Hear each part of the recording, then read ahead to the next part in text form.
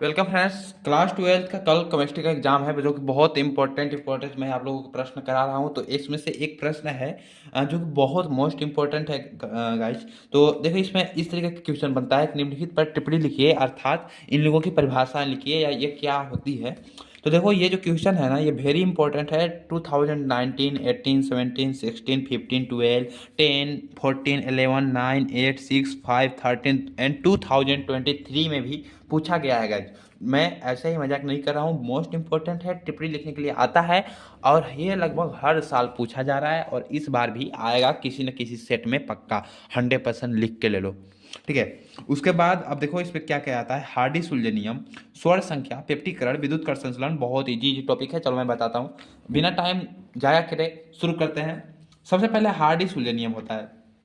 क्या होता है, मैंने आप लोगों को समझाने के लिए यहाँ पर लिखा है। जो इसमें देखो विपरीत आवेशित आयन होती है ना, उनकी जो संयोजकता मतलब जानती होगी संयोजकता किसे कहते हैं, सबसे बाहरी कक्ष में उपस्थित इलेक्ट्रॉनों की संख्या। तो संयोजकता जितनी अधिक होगी, मतलब कि जितने अधिक होंगे इलेक्ट्रॉन, मतलब कि संयोजकता जिसे बोलते हैं, संयोजकता जितनी अधिक होगी कोलाइडी विलयन के लिए स्कंदन क्षमता उतनी ही अधिक होती है। अर्थात एक बार परिभाषा पढ़ते हैं, आप लोग को समझ में आ जाएगा। इस नियमानुसार विपरीत आवेशित आयन की संयोजकता जितनी अधिक होगी, इस नियमानुसार विपरीत आवेशित आयन मतलब कि विपरीत आवेशित आयन की संयोजकता जितनी अधिक होती है, कोलाइडी विलयन तो जानते हो ना, जिसमें कि प्रकाश के कण पर दिखाई देते हैं, मतलब प्रकाश जाने पर उसके कण दिखने लगते हैं विलयन में। तो कोलाइडी विलयन के लिए इसकी स्कंदन क्षमता उतनी ही अधिक होती है, ठीक है गाइस। बस यही है, ये बस 2 लाइन का आंसर है। आप लोग अगर 2 बार लिख करके प्रैक्टिस कर लोगे तो बहुत आसानी से आप समझ पाओगे। ओके। तो इस नियम में अगर उदाहरण की बात करें तो इसमें देखो, अगर धनावेशित साल जैसे कि मान लो FeOH है, तो इसके अंदर ऋणायनों के लिए इसके अंदर क्षमता का क्रम कैसे होता है। देखो अगर उदाहरण की बात करें, मैं उदाहरण की बात करते हैं, तो उदाहरण में आप अगर आप लोग देखो ना, तो इसमें हम जैसे लेते हैं FeOH3 ले लेते हैं, FeOH3 लेते हैं। तो इसकी अगर हम ऋणायनों की स्कंदन क्षमता का क्रम देखें ना, तो ऋणायनों की स्कंदन क्षमता का क्रम, की स्कंदन क्षमता का क्रम, तो क्रम किस तरीके से होगा। सबसे पहले देखो FeCN6 आएगा, ठीक है, FeCN6, और फिर उसके इसमें इसके पावर में 4 आएगा जो कि माइनस में होगा, रेडायन है ना इसलिए। फिर ये बड़ा होगा, ठीक है, ये किससे बड़ा होगा, PO4 से बड़ा होगा, PO4 से बड़ा होगा। और इस पर रेडायन का 3 चार्ज आएगा, ठीक है, इस पर रेडायन का 3 चार्ज आएगा। और फिर ये किससे बड़ा होगा, SO4 से ये बड़ा होगा, SO4 से ये बड़ा होगा। और इस पर 2 माइनस का चार्ज, फिर ये बड़ा होगा क्लोरीन से, ठीक है। तो इसमें माइनस का चार्ज यानी कि 1 चार्ज आता है। इस तरीके से इसके बोलते हैं हार्डी सुलझे नियम। अर्थात अगर आप लोगों को ये ज़्यादा कठिन लग रही होगी, ये वाला थोड़ा सा कठिन मेरे को भी लग रहा है कि है शायद, ठीक है। तो इसके अलावा आप लिख सकते हो कि AS2 का, ठीक है, AS2 का धनायनों की। तो इसमें देखो ये ऋणायनों के लिखोगे तो इस तरीके से, अगर धनायनों को लिखोगे तो धनायन में देखो क्या होता है, AS2S3 के लिए धनायनों की, के लिए धनायनों की स्कंदन क्षमता, स्कंदन क्षमता, स्कंदन क्षमता इसमें क्या होगा कि यहाँ पर एल जो है बड़ा होगा बी है बेरिलियम से, और ये सोडियम से। तो इस पर देखो प्लस का 3 चार्ज आएगा, और इस पर प्लस का 2 चार्ज आएगा, और इस पर प्लस का 1 चार्ज आएगा, ठीक है। तो इस तरीके से आप इस पर कर सकते हो। तो इसी इसी को ही बोलते हैं हार्डी सुलझे नियम। हार्डी सुलझे नियम के अनुसार विपरीत आवेशित आवेशित आयन की संयोजकता जितनी अधिक होगी कोलाइड विलयन में, उसकी स्कंदन क्षमता उतनी अधिक होगी। अर्थात हम बोल सकते हैं कि डायरेक्टली प्रोपोर्शनल टू होता है। अर्थात इसके अगर एक शब्दों में हम आपको बताएं ना, तो एक शब्दों में बताएं तो जैसे कि विपरीत आवेशित आयन की संयोजकता, विपरीत विपरीत आवेशित आयन की संयोजकता। फिर इतना लिखने के बाद डायरेक्टली प्रोपोर्शनल टू होगा कोलाइडी विलयन के, कोलाइडी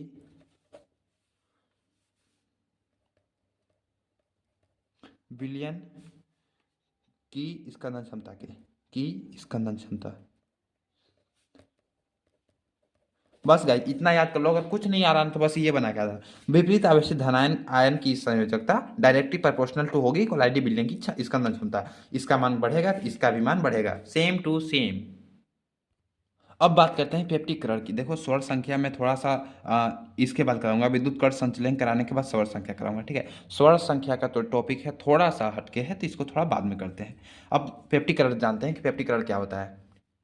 देखो गाइज, अगर मैं आप लोगों को एक डायग्राम से समझाऊँ ना तो आप लोगों को बेहतर समझ में आ सकता है। तो चलो मैं एक कोशिश करता हूँ। देखो क्या करते हैं कि हम एक मान लो कोई अवक्षेप बना लेते हैं। ये कोई हमने बीकर लिया, इसमें हम एक अवक्षेप बना लेते हैं, ठीक है। ये कोई अवक्षेप है, ताजा बना हुआ अवक्षेप, ताजा बना अवक्षेप, ताजा बना हुआ अवक्षेप,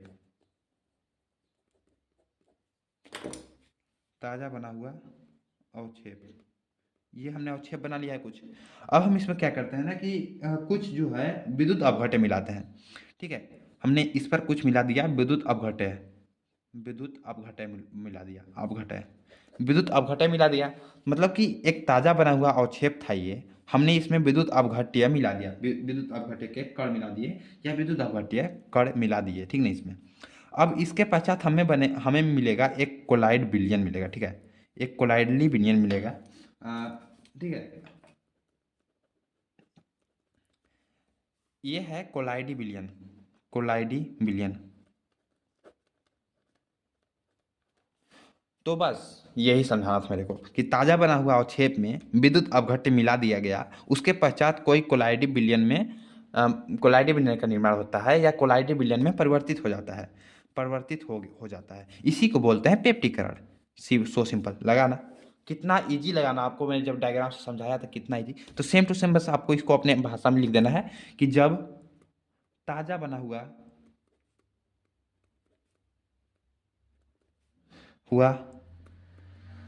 अवक्षेप में विद्युत अपघट्य मिलाकर कोलाइडी विलयन में परिवर्तित करने परिवर्तित हो जाता है, अपघट्य मिलाकर कोलाइडी विलयन में परिवर्तित कर देते हैं, तो इसे पेप्टिकरण कहते हैं। बस इतना लिख देंगे तो आपका पूरा नंबर मिल जाएगा। और अगर आपको थोड़ा सा और अधिक लिखना है तो आप इसमें ये लिखते हो कि पेप्टिकरण में जो विद्युत अपघट्य भाग लेते हैं उन्हें पेप्टिकारक कहते हैं। मतलब कि पेप्टिकरण में जो ये भाग लिया इसको बोलेंगे पेप्टिकारक, पेप्टिकारक। इजी ना गाइज, बहुत इजी है। चलो बस इतना ही मेरे को समझाना था। अब चलो आगे बढ़ते हैं। विद्युत कण संचलन जानते हैं, विद्युत कण संचलन क्या है। देखो विद्युत कण संचलन की बात करें ना तो इसमें बहुत सिंपल है, सिंपल सा बात है कि देखो इसमें अगर मैं फिगर आउट समझाऊं तो कोई ये इस तरीके का है। इसमें दो इलेक्ट्रोड हैं, एक धनायन है एक ऋणायन है। तो अगर हम इसमें जैसे कोलाइड है ये, ठीक ना, तो इसमें अगर हम लोग विद्युत क्षेत्र को जब प्रवाहित करते हैं ना तो क्या होता है कि इस इलेक्ट्रोड जो है इससे जो कण होते हैं विलायक कणों का, वह दूसरी इलेक्ट्रोड की ओर प्रभावित होने लगते हैं। जैसे कि यहाँ पर एक माइनस है, यहाँ पर एक प्लस है। प्लस की ओर जब हम प्रभावित करते हैं तो ये माइनस की ओर भागने लगती है, और जब माइनस में प्रभावित करते हैं तो प्लस की ओर भागने लगती है। अर्थात विद्युत क्षेत्र के प्रभाव में कोलाइडी कण विपरीत आवेश वाले इलेक्ट्रोड की ओर भागने लगते हैं। अगर हम प्लस करंट देते हैं तो वह माइनस की ओर भागने लगेंगे। सिंपली इसी को विद्युत कण संचलन बोलते हैं। इसे आप अपनी भाषा में बनाकर भी लिख सकते हो, पूरा के पूरा नंबर मिलेगा ही मिलेगा। ओके, तो सिंपल सा चीज़ था, एक बार पढ़ देते हैं। विद्युत क्षेत्र में प्रभाव में, विद्युत क्षेत्र के प्रभाव में कोलाइडी कण विपरीत आवेश वाले इलेक्ट्रोड की ओर गमन करता है। इस क्रिया को हम लोग विद्युत कण संचलन कहते हैं। देखो सवाल संख्या क्या होती है कि द्रव्य स्नेही कोलाइडों की मिलीग्राम में हुआ मात्रा। मतलब द्रव्य स्नेही कोलाइड जानते हो क्या होता है। जब कोई विलायक है, ये कोई विलायक है, ठीक है। विलायक में जब कोई हम पदार्थ मिलाते हैं और इसे जब हम गर्म करते हैं, ठीक है, गर्म करने पर जब हम गर्म करते हैं ना तो एक कोई विलियन प्राप्त होता है हमें, मतलब कोई कोलाइडी विलियन प्राप्त होता है। ठीक है, कोलाइडी विलियन सुगमतापूर्वक प्राप्त हो जाता है, मतलब आसानी से प्राप्त हो जाता है। तो बस इसी प्रक्रिया को हम बोलते हैं द्रव्य स्नेही कोलाइड। मतलब कि ये जो बना है ना, ये बोलेंगे द्रव्य स्नेही कोलाइड। मतलब कि कोई विलायक में कोई पदार्थ मिला करके और गर्म करने पर आसानी से सुगमतापूर्वक हमें कोई कोलाइड विलयन मिलता है, जिन्हें हम द्रव्य स्नेही कोलाइड कहते हैं। तो इस द्रव्य स्नेही कोलाइड की मिलीग्राम में, मतलब कि एमएल में, वह मात्रा जो दिए दिए हुए स्वर्ण के कोलाइडी विलयन, जैसे कोई स्वर्ण यानी सोना कह सकते हो, हमको सोना हिंदी में तो सोना ही बोलेंगे ना। तो जो दिए हुए स्वर्ण स्वर्ण के कोलाइडी विलयन कोई और विलयन है, उसके 10 एमएल में उपस्थित, मतलब कि 10 एमएल में उपस्थित होने पर उसका 1 मिली, जैसे कि 10 ml है तो उसका 1 मिलीग्राम में 10% NaCl विलयन द्वारा स्कंदित होने से रक्षण करती है। मतलब कि एक मिलीग्राम 10% NaCl विलयन द्वारा स्कंद होने से रक्षण करती है, उसे स्वर्ण संख्या कहते हैं। ठीक है, टू ही जी गाइज, इसको थोड़ा सा याद करना पड़ेगा, मेहनत करना पड़ेगा, क्योंकि ये इतना मैंने समझाने लायक उतना है नहीं। ठीक है, और याद इसको कर लेना बहुत ईजी है। और एक और बात आप लोगों से मैं कहना चाहूँगा कि आप लोग जब स्वर्ण संख्या चाहे कोई भी लिखो ना, तो उसमें ये जो मैंने अभी लिखा है ना, इसको थोड़ा सा ब्लैक पेन से लिख देना, ताकि एग्जामिनर की हाईलाइट इस पर पहुँचे। ठीक है, एग्जामिनर की हाईलाइट जब जाएगा तो ये आसानी से आपको नंबर मिल जाएगा। तो यही था आज। अभी मैं और वीडियोस ला रहा हूँ, आप लोग चैनल सब्सक्राइब कर लो और देखते रहो।